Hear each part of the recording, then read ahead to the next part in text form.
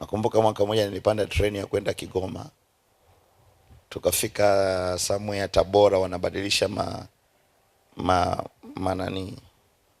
mabewa. Pale kuna zinazoenda Mpanda, sijui Kaliwa, sijui huko zinazoenda Kigoma. Sasa tumekaa pale, mimi njaa inaniuma. Njaa imeuma kweli kweli. Wallet niliibiwa nilivyokuwa nimelala. Sasa nimeshaagiza kuku, nimemla nikiamini ninayo wallet. Tafuta wallet sioni. Nikamwangalia muuza kuku, akawa anadai change kwa mama mmoja. Vile alivyomsemesha na kalipwa, nikasema mimi ambaye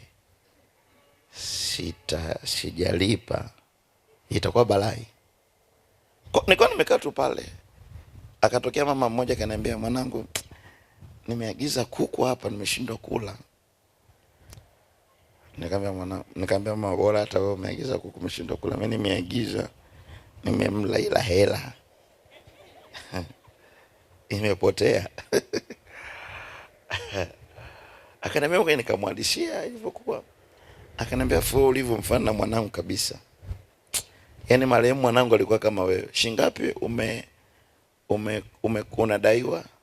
Sasa nikasema kwa sababu nimeshaibiwa hela, huko na kwenda nahitaji hela. Sasa nikitaja hela ya kuku na muujiza ndo huu, sijui na kwenda itakuwaje. Nikamwambia mama, sio tu hela ya kuku peke yake, yani hapo naogopa hata kukwambia.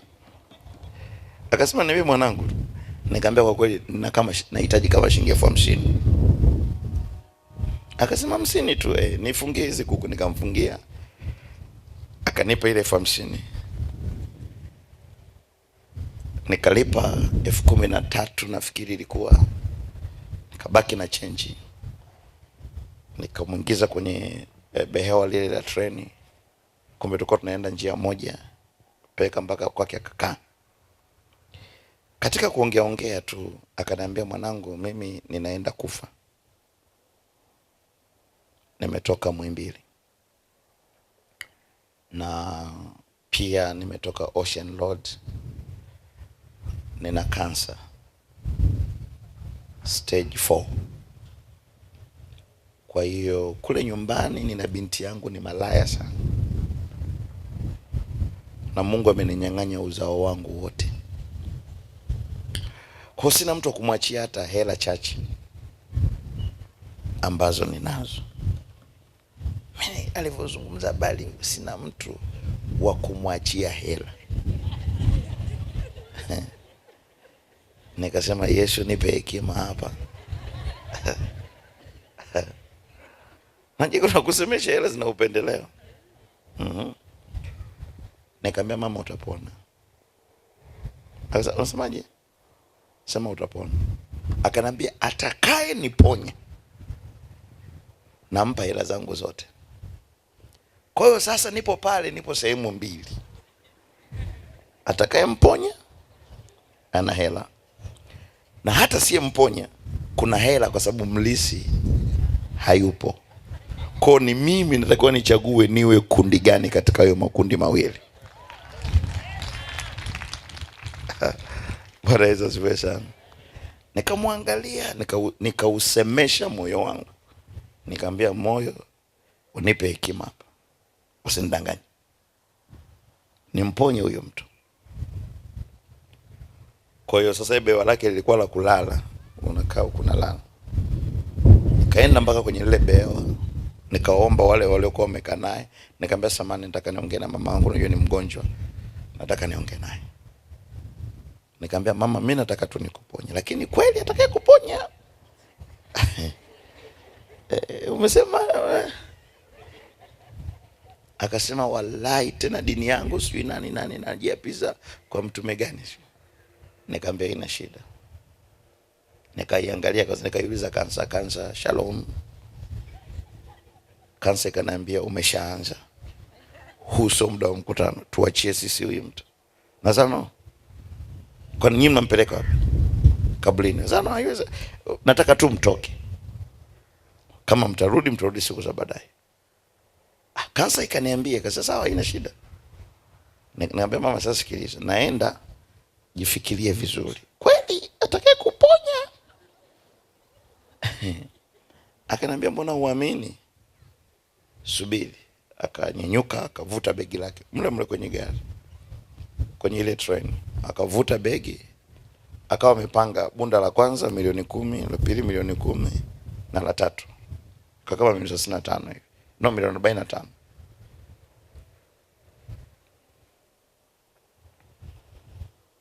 Nikatoka nje, nikamwambia, Bwana Yesu, huu mtihani mgumu, ungekuwa we Yesu ungefanyaje? Kwa nikapata hekima moja, nikaenda nikamwambia mama, acha tu nikuombee kuliko ufe, acha tu nikuombee. Asa, unaniombea? Nishaombewa. Akaniambia, ulivyo wewe hivi unafanana na fulani, anawataja sasa wale watumishi. Nikamwambia sifanani naye. Sasa basi mko wote nimepita. Na sasa basi acha niondoe kansa. Sasa labda hilo. Kwa hiyo wewe ni daktari, unaiondoaje? Nikamwambia relax. Kaenda nikaambia kansa ondoka.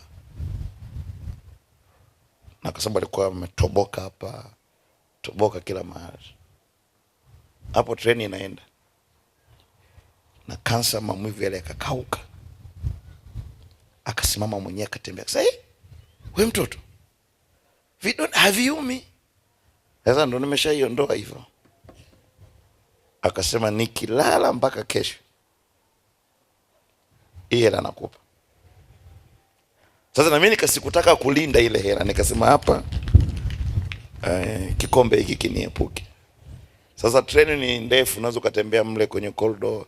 Nikaenda kwenye ile cafeteria, kwenye kihoteli kile cha kwenye train. Kwa nikaenda nikakaa pale, nimekaa.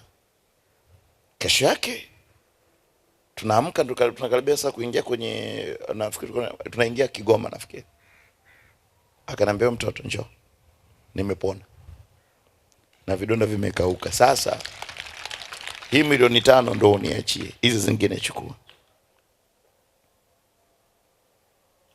Nilisahau begi ambalo nilikuwa nalo kwenye treni. Kwa hiyo nilishuka kwenye treni,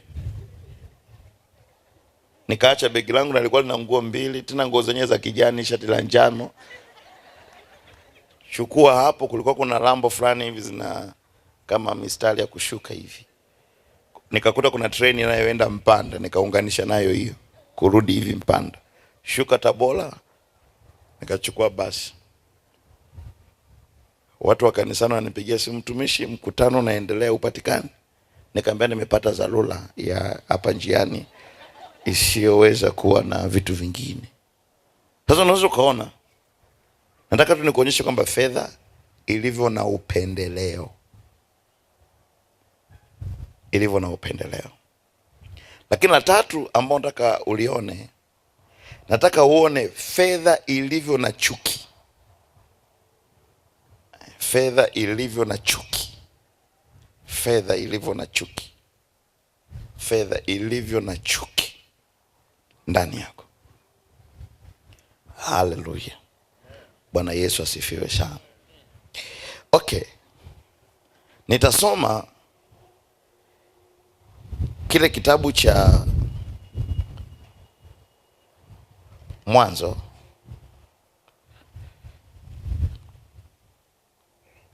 ile sura ya 4.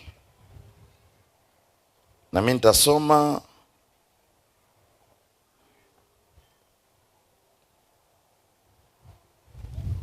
ule mstari wa 7. Nitasoma ule mstari wa 7. Sura ya 4 mstari wa 7. Nataka nianzie kwenye level ya familia. Nataka nianzie fedha kwenye level ya familia. Kwa nini mwanangu? Kwa sababu familia zetu nyingi hazina hela. Kwa hiyo hela nyingi unazozikuta watu wanazo, wanazitafuta nje, wanazileta kwenye familia. Kwa hiyo zile fedha ambazo zinakuja kwenye familia mostly huwa haziwi ni mali ya ile familia, huwa zimeenda kutafutwa ndo zimeletwa kwenye ile familia. Kwa hiyo inajikuta fedha imekuja kwako, lakini inaishi katika hali ya ugeni. Kwa nini? Kwa sababu sio fedha ambayo umeikuta kwenye hiyo familia, ni fedha ambayo umeitafuta kwenye ile familia. Sasa kuna utofauti kati ya fedha unayoenda kuitafuta ili uilete kwenye familia na ile fedha ambayo imo ndani ya familia tayari. Zote ni hela, lakini ni mbili tofauti. Bwana Yesu asifiwe sana. Haleluya. Okay, na kusemesha kile kitabu cha Mwanzo sura ya 3 ya 4. Anasema Kaini, ukitenda vema, ni Mungu anamwambia Kaini, Kaini, ukitenda vema hutapata kibali? Usipotenda vyema, dhambi iko inakuotea mlangoni, nayo inakutamani wewe, walakini yapasa uishinde. Sasa mwanangu, nataka uangalie tu sentensi, kama ukitenda vema. Kwa hiyo Kaini sio kwamba alikuwa anakataliwa na Mungu tangu mwanzo. Mungu alikataa tendo la Kaini alilolitafuta huko alikolitafuta, akaja kulipractice kwenye nyumba ya kwao. Tunaenda sawa sawa, kwa sababu Mungu hasemi kwamba Kaini, nimekuchukia tangu kuzaliwa kwako. Anasema Kaini, nilichokichukia kwako ni lile tendo ambalo umelifanya kwenye hii nyumba. Sasa unasikilize vizuri, kitakusaidia. Huyu ni Mungu anaongea na Kaini, anajaribu kumwambia kwamba katika level yenu ya familia, Adam namjua na mama yenu namjua na mdogo wako namfahamu, na labda nikwambie tu mwanangu, kitakusaidia ili upate picha kubwa sana. Agizo la sadaka kati ya Kaini na Abeli kwenda kumpatia Mungu halikuwa agizo la kimungu. Ni wao walikaa wakafikiri kumpatia Mungu sadaka. Mungu hakuagiza walete hii sadaka kabisa. Kasoma Biblia yako, Mungu hakuwaagiza, na kama aliwaagiza angesema okay. Unasema, unatuambia kitu gani? Umewahi kukaa peke yako, ghafla ukapanga plani ya maisha yako ambayo hujaagizwa na Mungu? Ni wewe tu umekaa ukaangalia mwenendo wa maisha, ukasema mimi nataka niwe mfuga kuku, mimi nataka niwe na saluni, mimi nataka nisome, mimi nataka kuwa hivi. Na ukiangalia mambo yote unayoyafanya saa hizi, hakuna hata jambo moja ambalo Mungu alikwambia fuga kuku. Sijui mnanielewa? Wangapo naenda nao sawa? Fadhali. Kwa hiyo nichukulie tu mfano, nani aliyekusemesha uwe mama ntilie? Amna. Nani aliyekusemesha uwe bodaboda? Hayuko. Ni wewe ulikaa ukadesign hilo wazo, ukasema na hisi nikiwa hivi nitafika pale. Ukajitoa pale ulipo, ukaenda kwenye ile kazi. Pengine baada ya kuwaza ndo ukatoka ukaenda mbele za Mungu kwenda kuombea ule mpango ulio nao, kwamba Mungu, nataka kuwa hivi, mpango wangu ni huu. Nafikiri ndivyo watu wengi ambavyo jinsi ilivyo. Bwana Yesu asifiwe sana. Ndicho kilichotokea kwa kina Kaini. Walikaa wakaamua kwenda kumpelekea Mungu sadaka kama mtu na ndugu yake. Sijui kwa nini waliunganika kaka mtu na mdogo mtu kwenda kumpa Mungu sadaka, na baba hao hakuunganika nao wala mama hao. Okay, kwa mfano huu ambao upo hapa, umewahi kumpatia Mungu mradi wako ambao wewe ndo umeona umpelekee Mungu aukubali huo mradi ili ufanikiwe kule unakoelekea. Yesu nisaidie. Acha niende hivi tukusaidia. Wakati ninataka kuwa na redio tukiwa Tanga, nafikiri nikawaambia watu nataka kuwa na redio na redio yangu itakuwa hivi. Wakati hata sijui redio zikoje. Nikaanza kuomba watu wanichengee 500. Sijui kama mnakumbuka bwana. Baadaye nikasema kwa kweli 500 ni kubwa, nichangieni 200. Siku tusio na jina nikapata mwanangu mmoja na akili, tukakuta tangazo limetangazwa kwenye gazeti, wanagawa frequency, zilikuwa kwenye mikoa tofauti.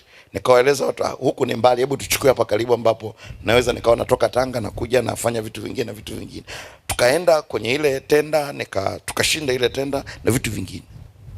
Ilipokuja gharama ya namna gani, redio inabidi ianzishwe. Maana ukumbuke nilikuwa na wazo la redio lakini sina gharama yake. Nimeenda kushindanishwa na watu walikuwa wanataka hii frequency, walikuwa kama watu 70.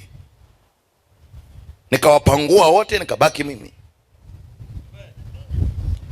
Waliponipatia gharama za ujenzi, picha niliyokuwa nayo ni tofauti na gharama iliyokuja. Wale ambao walikuwa wanaona 200 tunazikusanya, walipopewa gharama ya mradi wakalinganisha na 200 ambazo tulikuwa tunazifikiria, akaanza kupanguka mmoja baada ya mwingine.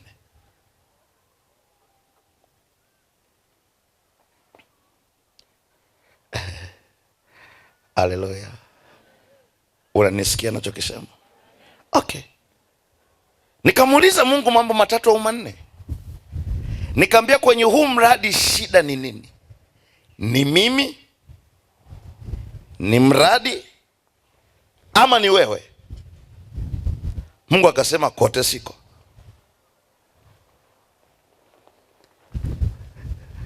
Nikaenda kule ndani kumuuliza Mungu naendaje? Gharama imekuja ni hii hapa. Fedha ni nyingi. Na fedha ninayoitaka kuanzisha mradi haimo kwenye familia. Familia ambayo nimetokea haina kiwango cha hicho fedha. Na kwa sababu hiyo inabidi nitafute fedha ngeni itoke kule ije kwenye nyumba ambayo ilikataliwa kuwa na fedha, si kwangu mimi, kwa baba, kwa babu na wengine huko. Kwa sababu ukizaliwa kwenye familia ambayo haina hivi vitu, manake fedha yenyewe binafsi ilikataa familia ya kwenu. Na kwa sababu hiyo nyinyi ni mkikutanishwa na fedha, nyinyi ni wageni kwenye hiyo fedha, na fedha inakuwa inawaona ninyi ni wageni.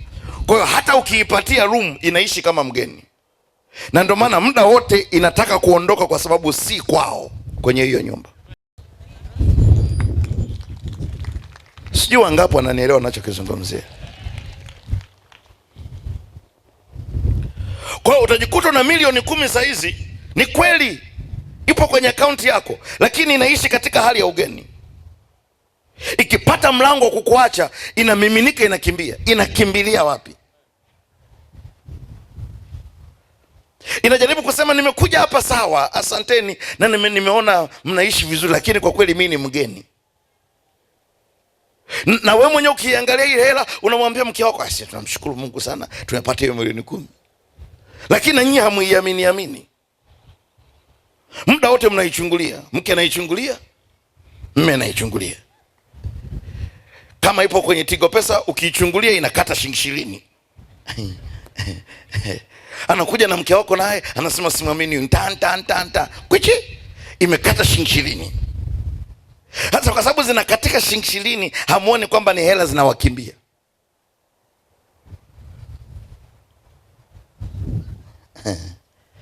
Haleluya. Kuna mahali tutafika mwanangu. Tunamtafuta mdhamini atakayetudhamini tuaminike na fedha.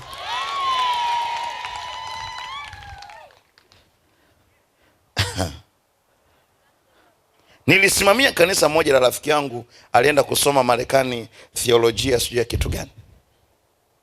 Na kipindi kile nilikuwa nimeanzisha mchango wa kujenga kanisa lile, na gharama ilikuwa ni $5,000,000 karibiana $600,000. Tukapata $5,000,000 kama $600,000. Tukapata hapo ile ikabakia kama $3,000,000. Tukaenda kuomba watu wa benki, jamani tunaombeni hela, tunajenga kanisa na vitu vingine. Wakasema lete document, lete katiba, lete hiki, lete kile, lete kile, lete kile, lete kile, lete kile. Tukavipeka miezi 6. Sikio tu nimekaa pale, kaja tajiri mmoja, sitaki nimseme, wanampatia bilioni karibia 18. Nipo pale, wamemwambia tujaza hiyo, zingine tutakuletea nyumbani boss. Mimi mwezi wa 6 natafuta hela ya kanisa ya $3,000,000. Yaani nikijumlisha nauli za kwenda kurudi, kupiga fotokopi na kukaa na kupiga simu na mawasiliano, ni $1,000,000 tayari. Sijapata hela. Nikamwambia Mungu, shida ni nini? Mungu akaniambia, unaileta hela ngeni kwenye huduma isiyo na hela. Nikamwambia unamaanisha nini? Akasema hivi, muundo wa huduma ya aliyekuachia hana maono kama ya kwako, na kwa sababu hiyo fedha ni ngeni, na ndio maana na wewe huioni. Kwa sababu hiyo achana naye. Nikarudi nikawaita baraza lake la wazee, nikamwambia najitoa kwenye umradi, siendelee nao tena. Sasa kwa nini? Sasa Mungu ameniambia hili ni wazo langu, sio wazo lenu. Mzee mmoja akasema ni kweli, hatuna wazo la kujenga kanisa. Bwana Yesu asifiwe sana. Haleluya. Sasa nisikilize vizuri mwanangu. Fedha unazoenda kuzitafuta kwenye familia zingine, twende vizuri, kwa sababu kama familia yenu haina makampuni, haina miradi, kwa lugha nyingine, fedha nyingi mtakazozipata mtaenda kufanya kazi kwenye familia zenye hayo makampuni, mtaenda kufanya kazi kwenye familia zenye hizo fedha. Hasa unajiuliza, kijiji ni kimoja, kwa nini baba A alipata hela na hatua 2 kwenda kwa baba yangu hana hela? Nani aliyekuwa na shida? Ukimwangalia baba yako aliloga, anachale, alikuwa mwaminifu kwa shetani kwa kiwango kikubwa tu, kama ambavyo na huyo mwingine yeye alikuwa analoga. Inakuwaje kwa huyu amepata fedha na huyu hana fedha? Mwenye shida ni nani? Ni shetani ama ni hela? Utakuja kugundua ni hela. Hazikuitaka familia yenu, hata kama zilikuwa zina nguvu ya shetani. Wanasema natuambiaje? Waulize wale wanaosemaga wenyewe ni viti, au kama nafikiri natania, waulize wanaodondokaga mapepo kanisani, si wana nguvu za shetani? Kwa nini haziwapi hela hizo nguvu za shetani? Walioolewa na majini mahaba wanafahamu. Kwa nini una wanaume wawili, una mwanaume jini na una mwanaume mtu, na wote hawakopi hela?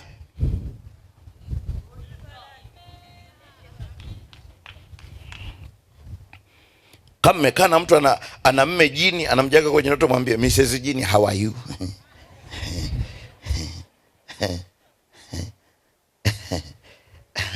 Unasema baba unatuambia kitu gani?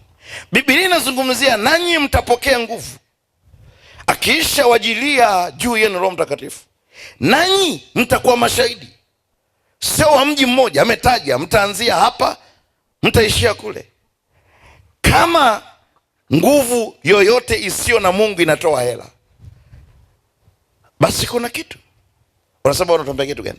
Nilimwona tajiri mmoja na Lazaro kwenye ule mfano wa Yesu alipokuwa anatoa. Lazaro alikuwa masikini na ni mgonjwa, anakaa kwenye nyumba ya tajiri. Kwa hiyo tajiri alikuwa anamtunza Lazaro au Lazaro alijitolea kukaa kwa tajiri. Yote yanawezekana. Kaangalie tajiri na utajiri wake wote, hakuna siku aliyomwazia kumpatia fedha Lazaro au nyumba ya kwake Lazaro. Na maandiko yanasemaje? Tajiri akafa, Lazaro naye akafa. Lazaro akaenda mbinguni, ambacho ndo kimbilio la maskini wengi. Wakisikia maskini Lazaro alienda mbinguni, ndo vinakaa kwenye kiti. Amen, amen, amen. Ndio tegemeo pekee, kwa sababu hao wakiroho Lazaro alienda mbinguni. Lazaro akiwa amekaribishwa kule mbinguni kwa mujibu ambao, kwa maandiko ambavyo Yesu aliyasema. Biblia inasema wazi, tajiri aliyoko kule chini kwenye moto alipomuona Lazaro alimuita Lazaro. Kwa lugha nyingine, tajiri kwa yeye kwenda kuzimu, fedha na utajiri wake bado aliendelea kuwa nao kuzimu. Na ndio maana maandiko yanasema tajiri alimwona Lazaro. Kwa hiyo inamaanisha tajiri hata akienda motoni anaendelea kuwa tajiri, na maskini akienda mbinguni anaendelea kuwa maskini. Kama nafikiri natania, maandiko yanasema kitabu cha uzima kikafunguliwa, wakasimama matajiri na maskini, wakubwa kwa wadogo. Kwa hiyo inamaanisha hata ukienda mbinguni taji yako pia inawezekana ikawa okay. Kama naongea na watu wanaoishi mahali hapa. Sasa weka kwa mfumo ambao unafikiria pengine kupata fedha unahitaji kuwa na sura ya huruma ili Wahindi wakupatia 50.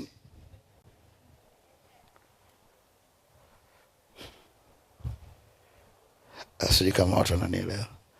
Ukumbuke tupo kwenye somo la mdhamini, na mimi nataka leo hii kila anayetoka hapa Mungu aondoke akakudhamini mahali usipoaminika.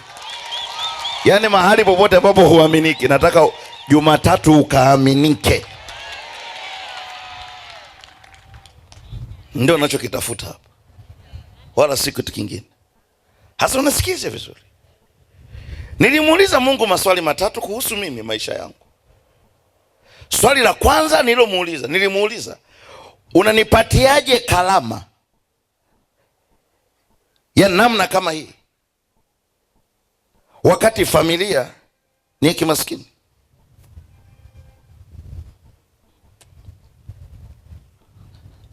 La pili nilimuuliza jambo la ajabu sana. Nilimwambia Mungu, unaamini katika hela? Kuliko nijisumbue, Baba nibariki, Baba niinue, lazima huyu nayemuomba aniinue nimuulize, unaamini katika hela? Baba uko mbinguni, unaamini shekeli? Nisije kuwa naomba hela, kumbe mbinguni hilo neno hela na huyo naye mtaka hela, kumbe kwenu nyinyi ni jini. Nikajikuta nimekuwa mpinga Kristo. Mungu akaniambia, naamini hela, naamini kabisa. Sini hizi za huko ndo naamini. Na nikamuuliza, kwa nini huwapi basi watu waliookoka? Afu Mungu akaniambia kitu cha ajabu sana. Na aliponiambia akili yangu ikabadilika. Nilimuuliza Mungu, kama unaamini katika hela, kwa nini watu waliookoka hawana hela? Tumesha tukufundisha kanisani hizo hela za huko duniani ni za Freemason. Hizo hela za huko duniani ni za Freemason. Sawa, tunakubali hela za Freemason. Hata gospel unajua hiki kitu. Basi tuonyesheni za free Jesus, ambazo zitakuwa ni rahisi tu kwenda tunazichukua, hazina mahubiri.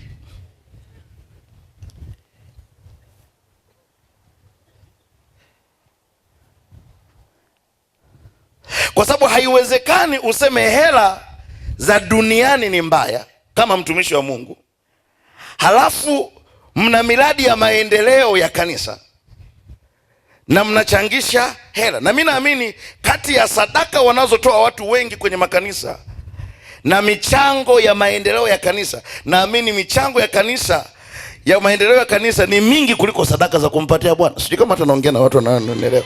Yaani utakuta kuna sadaka ya upendo, sadaka ya maendeleo sijui ya chuo, sadaka sijui ya maendeleo shule, sijui sadaka okay, kama hamuamini kuhusiana na hela, mnafungua shule za nini? Mnafungua redio za nini? Mnafungua makampuni kwenye ya makanisa yenu, yanazalisha nini? Yanazalisha upako ama yanazalisha hela? Unagundua yanazalisha hela. Sasa mbona mnatuchanganya kwenye makanisa ya kwenu? Ni hela zipi zikiwa kwenu ndio hela? Na ni hela zipi akihubiri Kilawa ndio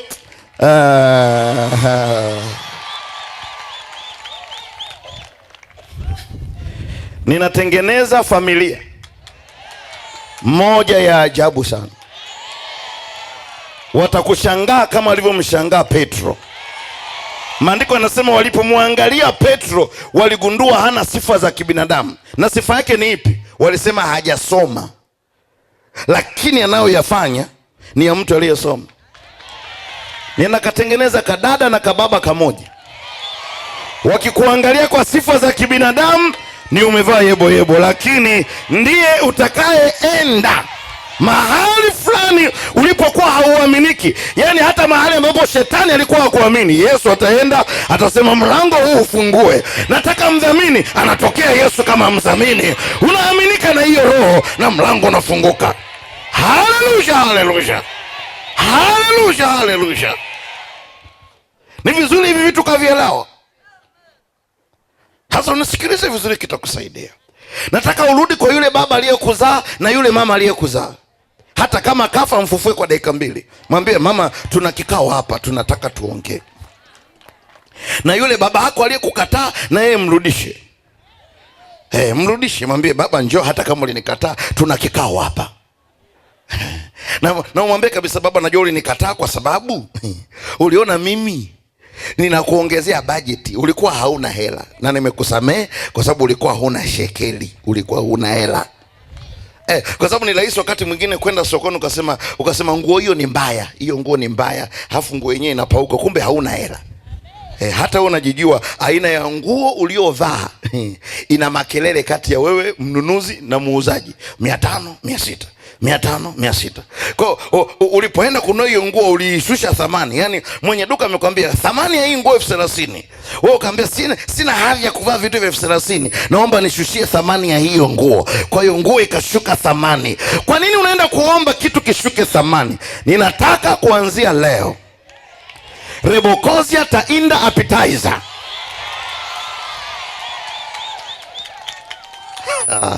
Haleluya, haleluya. Okay, sasa unasikiliza vizuri, kitakusaidia. Fedha, Biblia inasema fedha ni jawabu. Fedha ni jawabu la mambo yote. Sasa kama fedha ni jawabu la mambo yote, ni lugha moja mbaya katika lugha zote za kwenye Biblia. Kwa sababu kama Biblia itakwambia fedha ni jawabu la mambo yote, walikosea pengine. Kwa nini wasingeandika Mungu ni jawabu la mambo yote? Wengine hawajanisikia. Mwinji nasema hivi, Biblia imesema fedha ni jawabu la mambo yote. Unajua maana yake nini? Maana yake Mungu anajaribu kusema hivi, kuweni bize kutafuta hela kuliko kunitafuta mimi. Wengine huko wamelala. Pengine hapa ndio wanaweza wakanielewa ninachokizungumzia. Wangapi wanaelewa ninachokizungumzia? Kwa sababu haiwezekani useme fedha ni jawabu la mambo yote na hilo neno lipo kwenye Biblia. Maana yake Mungu anasema hivi, mnanisumbua mnavyonitafuta. Majawabu yenu mimi sina. Majawabu yote niliachia kwenye fedha. Kwa hiyo kuwa bize kutafuta fedha kuliko kunitafuta mimi. Ndio lugha nyingine. Kumbuke mimi ni mwalimu. Najaribu kukupanulia kiwango chako cha akili, ili usikae hapa kanisani unasukuma kwamba kemea toka, kemea toka. Fedha ni jawabu la mambo yote. Yesu nisaidie nipate hekima, maana kuna walokole 3 wameingia kwenye hii kambi, wanashangaa nacho kisema. Na hii ndio shida ya kudandia gari ambalo haliendi kwenu.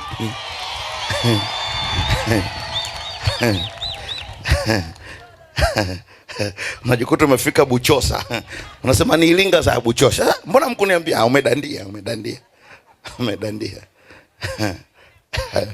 Haleluya. Yesu anawaambia wanafunzi wake, mtu hawezi kutumikia mabwana wawili. Hapo amesemaje? Mali ni bwana na yeye ni bwana. Kwa hiyo kwa mara ya kwanza kwenye Biblia Mungu amejifananisha na mali, kwamba ilivyo mali nguvu yake ndivyo na yeye nguvu yake. Wengine hawajaelewa, acha niwabadilishie hii, itakusaidia. Ulipo moyo wa mtu twende vizuri. Ulipo moyo wa mtu naona mmesahau mafundisho ya kipaimara. Maandiko yanasema hivi, ulipo moyo wa mtu ndipo hazina yake iliko. Sasa twende vizuri. Zaburi anasema nchi na vyote vijazavyo ni mali ya Bwana. Ulipo moyo wa mtu ndipo hazina, toa hazina, mali yake iliko. Sasa twende vizuri. Kwa hiyo kwa nini Mungu amejifananisha kwamba aliye na mali ana thamani sawa na mtu aliye na Mungu?